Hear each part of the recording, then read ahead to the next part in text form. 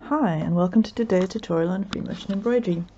So in this tutorial I'm going to show you how to turn your sewing machine into a drawing machine.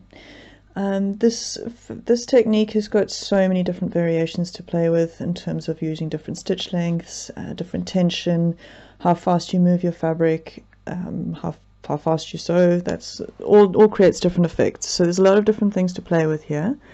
So really I encourage you to dive straight in. It's such great fun. The setup of your machine is really important. So first off, you need to make sure that you've got the right foot on your machine. So this is an embroidery foot. You also get a darning foot, which looks like this. This works equally well. I've used this for many years. This embroidery foot I got with my new machine, which is the only reason I have it, but it's great fun to play with. To change your foot, you need to undo the screw at the side here, the actual screw that takes the whole foot off. So you undo that, put this on, make sure that your top lever is going over your needle screw over there. That's very important. That's this little white lever at the back here. So just to know that it is possible to do free motion embroidery without using any of these embroidery foot or darning foot. You'd have to make sure that your fabric is very tight in the fabric hoop. But for obvious reasons we don't recommend it, because then you've got this needle going up and down with no real protection to stop your fingers going underneath it. So we really do recommend that you use either an embroidery foot or the darning foot, but just to know, for small amounts of embroidery, if necessary, it is possible to do it without a foot altogether. So the next thing you need to do is drop your feed dogs. So there's usually a switch. Mine happens to be at the back of my machine here, and you'll see once you've So my feed dogs are engaged there, and once you drop that switch, your feed dogs drop down to the bottom.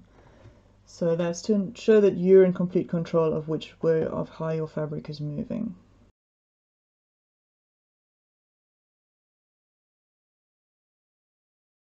Okay, you need to make sure your machine is set to a straight stitch. It is possible to do a full stitch using a zigzag, and personally I prefer just to use a straight stitch throughout my embroidery process. But it's up to you. You can play around with these two. The rest of your stitches won't really work because they need the feed dogs to be engaged, and we've disengaged them for free motion embroidery. Your stitch length you need to set at a 0, and then I put my needle position in the middle so I know where it's going to form. And your tension is something that you play with in terms of how your different stitch effects that you can create using different tensions.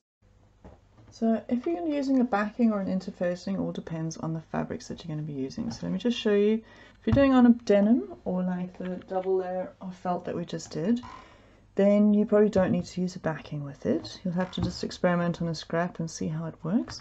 So this is very thick denim, so I didn't use any backings on this whatsoever. Same with the felt.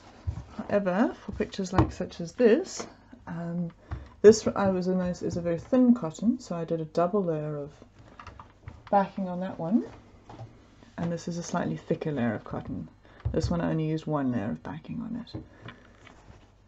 So your interfacing or your backing fabrics come in many different thicknesses and types. The best for embroidery is called stitch and tear, and it really is easy to tear. So it gives you the strength while you're stitching, and then when it comes to removing it after you finish stitching, it's very easy to tear it away from the design, and that will give you a nice clean back like that. So you don't see any bits of interfacing anywhere besides the odd little bit like that. The iron-on interfacings can also be used. You'll notice that because it's got a shiny, one side of it will be slightly shiny. That's obviously the side that you adhere to the fabric.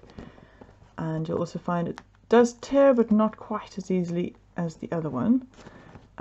The idea behind this type of interfacing is that it's actually used to strengthen your fabrics when you're doing zips and waistbands and that sort of thing.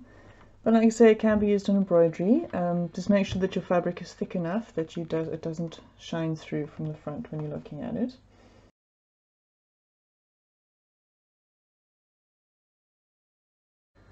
Embroidery hoops, when you're stitching on cotton, are also very useful and almost essential.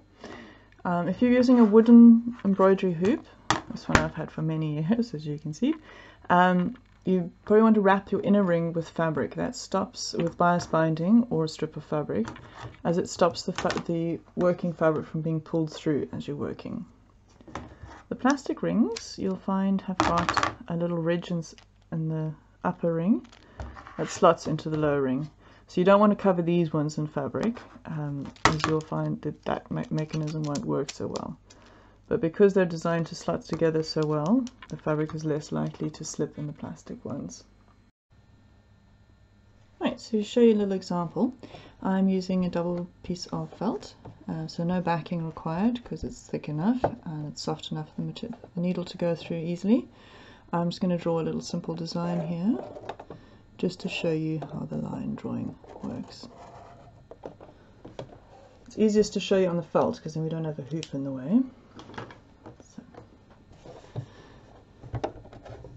Put your fabric into place.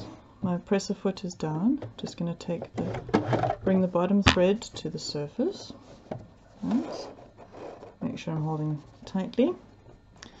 Right, and then we start sewing. So the faster I sew and the slower I move the hoop, the smaller the stitches are, the more defined the lines are. If you move the fabric slightly faster or your foot slightly slower, then you'll make bigger stitches. So you just need to play around with this and see the different effects that you can get.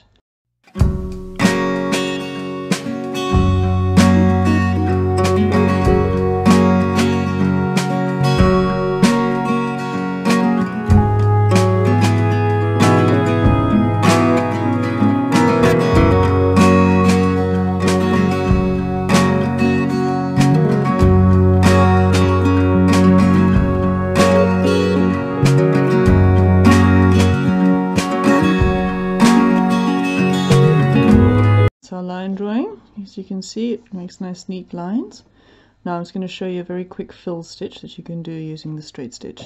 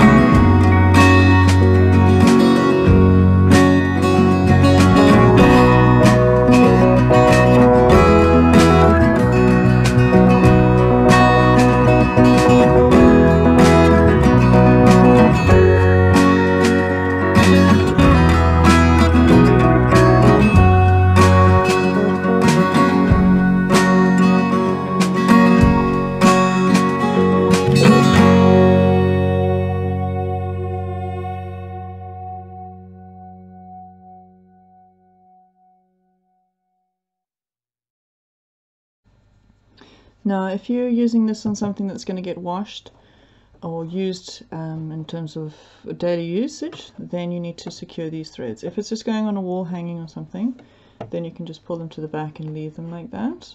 I always leave a little bit. I don't cut them flush with the fabric. I like to leave a little bit just to make sure it doesn't pull through.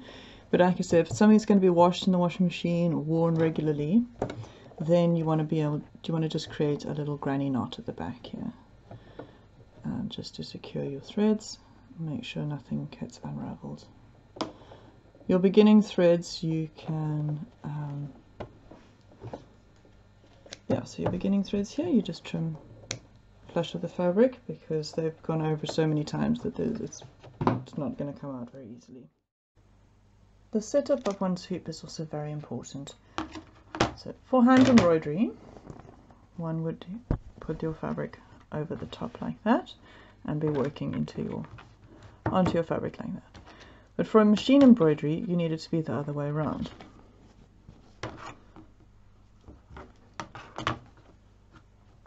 Like so. So I'm putting my interfacing down, my backing fabrics. I say interfacing or backing fabric because if you don't have this, you could use, if you're not using, if the item you're making is just a bag or something that's going on the wall, then you can even use roller towel as a backing. I wouldn't recommend that for clothing though, because roller towel obviously comes off and then it can lead to distortion of your picture once it's been washed a few times.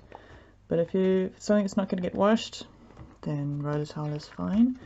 You could of course use a very fine muslin or linen, that also works. So we've got our backing fabric, our top fabric that we're going to stitch on, and you want to make sure that this is as tight as it can go. It's called being drum tight. So when you're pulling your fabric, don't pull your backing too much, as one would assume that your backing is pretty straight. So you just make sure that it's as tight as is possible. Always.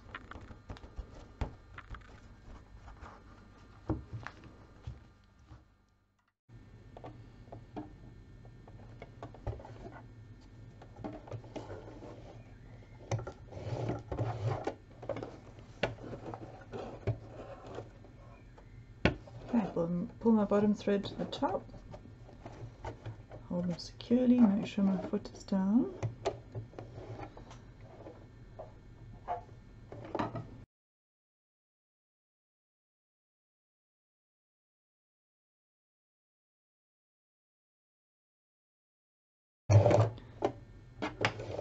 Because I've done a few stitches to secure it initially, and I can see my threads are not going to pull out. I'll clip those as close to the fabric as I can, just to make sure nothing gets tangled.